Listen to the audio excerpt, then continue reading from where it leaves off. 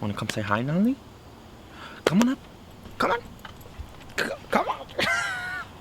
Up here. There you go. There you go. Say hello to the people. They can see you. She's so cute. What's up, peeps? Welcome back to the channel. Yes, we are outside. I wanted to enjoy the beautiful fall weather, but also the set is kind of in shambles right now. There's some magic happening down there, which you guys will see very shortly. For today, though, I gave you 5 pretty good options over on my Instagram. You guys shockingly chose Gordon Ramsay's dessert recipes to impress. Now, if you go through this video, there are 5 or 6 different desserts that he shows you how to make. I'm gonna choose 3 of which that are the most delicious looking and different. Today we're gonna be making Gordon's lemon basil granita, some apple ginger thing, and then his very unique looking mint chocolate cake. I'm not entirely sure which one of these 3 I'm looking forward to the most, but let's get into this one. I figured it would make the most sense to make these 3 recipes in the order I just listed them, from lighter and more palatable to a little bit heavier. To make the lemon and basil granita, I grabbed some sugar and mint, lemon and water, and apparently it just had a mild stroke. Because we're not using mint, we are obviously using fresh basil. The mint will come into play for the cake a little bit later, but for right now, we gotta juice and zest a whole bunch of lemons. I'm sure you guys will be thrilled to find out that for the first 2 recipes, I don't have one. I'm pretty much just going off his video. A lot of the measurements I'll be using are gonna be educated guesses. I couldn't find fully written out, detailed recipes for these anywhere online, so I'm just gonna watch the video and do my best. This first one shouldn't have too much room for error though, because after you juice 7 lemons and zest 1 of them, you pop it in a pot with about a ½ cup of sugar and a sprinkling of warm water to dilute this a little bit. You're also not trying to boil this or reduce it at all, you just want it to start steaming a little bit, let all that sugar dissolve, and then chop up a bunch of fresh basil and then toss in about a handful. I've never had one of these before, but by the looks of the video, it should end up being like a cross between an Italian ice and like one of those old slushies with the dog on the cup. I don't know if I'm just making that up. If anybody can validate that, let me know. This though ended up looking and smelling really good, so let's give it a shot. So my first reaction to this are the colors. The actual ice portion itself has taken on like a yellow brown-ish. I don't know if that shows up in the camera, but also the basil is a little bit not appetizing looking.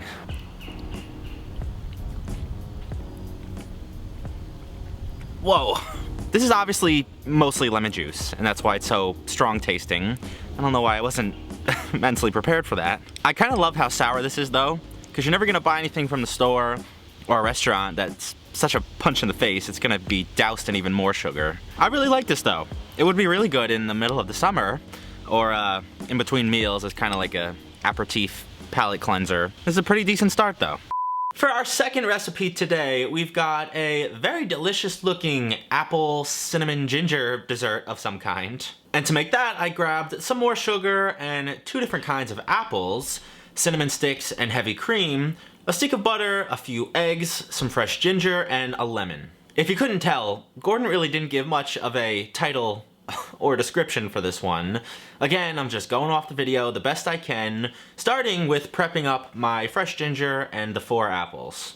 The ginger I was a little surprised with, because he only ended up making 3 or 4 portions, and ginger is really potent, so I'm kind of shocked he used 3 huge sticks of this. The apples though, I am not shocked with. It is a good idea to have a combination of some sweet eating apples as well as some more bitter or sour baking apples. Now the base of this is really only going to be some caramelized sugar with those cinnamon sticks and ginger, and then whatever liquid comes out of the apples. We're not adding any light or brown sugar or lemon juice, no ground cinnamon, we're relying on the cinnamon sticks. At least we are gonna finish this with a few tablespoons of melted butter though. Forget what you know about apple pie filling desserts, because this one's gonna get chilled while we whip up the whipped cream topping, which is essentially 1 part whipped heavy cream and then 1 part whipped egg whites. This is actually a really good idea that I would have never thought of. You're basically making a meringue to then fold into your whipped heavy cream to get an even lighter and more delicate whipped topping. And then, instead of finishing it with some extract or flavorings, we're gonna use the zest of about a half a lemon and then all that leftover apple juice cinnamon liquid. This should give a really nice double dip of that caramelized apple taste. And do you have to plate this up all particularly and use a piping tip and a piping bag? Not really, but Gordon did, so I figured why not. I still resemble a blind person while trying to plate desserts, but it should taste pretty good, so let's see how it is. I kind of love the fact that you can see the little specks of apple sugar juice in there. Kind of let you know it's not just a whipped cream topping, there's something else going on. Thank you, Plains.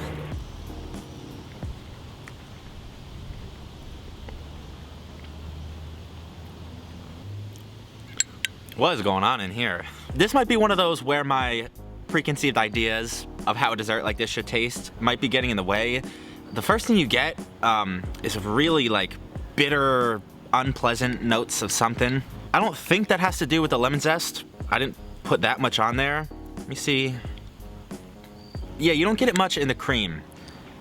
It's just in the apples and their juices. I never try to be this harsh on any recipe, especially Gordon Ramsay, God forbid he ever watches this, but I'm not loving any part of this. That ice cold apple pie filling is kind of strange. It's super bitter. I don't know if that's too much ginger. I don't know if I maybe overcooked the sugar. I don't even think this is worth going back and tweaking some stuff, because if I was to redo this, I would overhaul the whole thing. It wouldn't even be identifiable compared to this.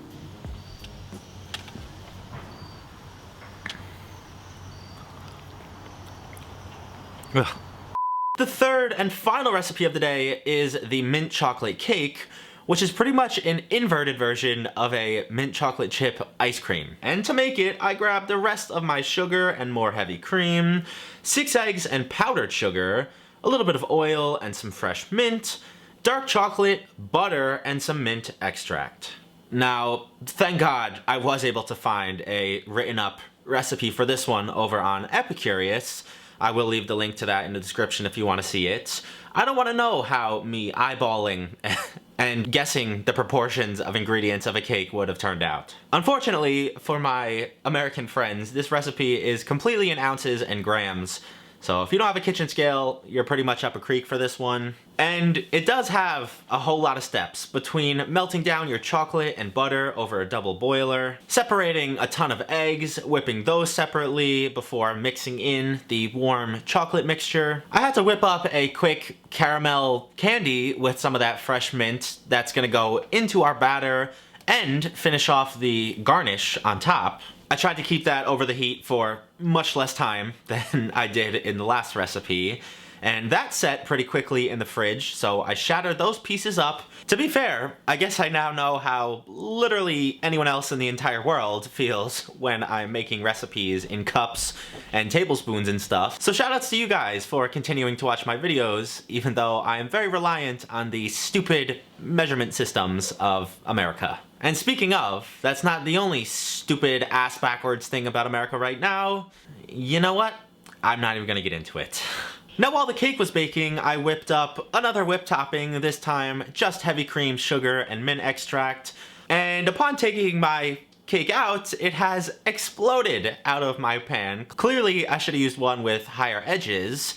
And after it cooled for a little bit, maybe not, because it is completely concave, as all my other cakes recently have been. To be fair, Gordon seemed to have had the same problem and just filled it in with his cream topping, so once I removed my cake and let it cool, I pretty much did the same exact thing and then finished it off with some chunks of my caramel. It has been a pretty fun day of making some unfamiliar desserts I've never tried before.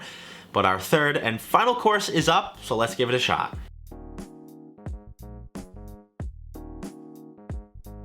Alright, final course. There's honestly a lot I can say about this one, but I'll save it till afterwards.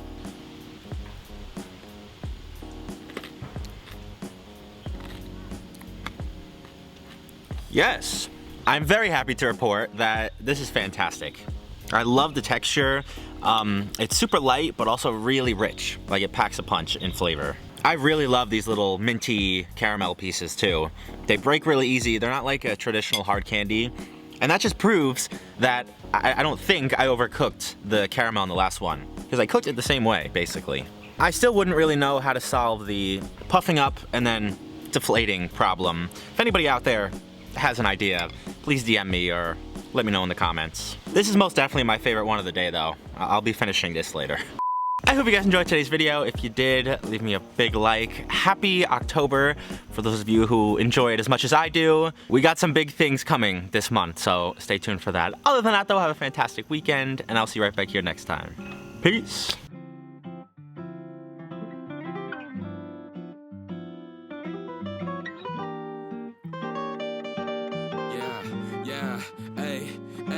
With the M without the AD. Flipping burgers and my money super lazy. Try and make a meal tonight, they ain't paying me. Try and supersize my life with my 18. Yeah, our style wasn't wavy, but we had a vision. We could make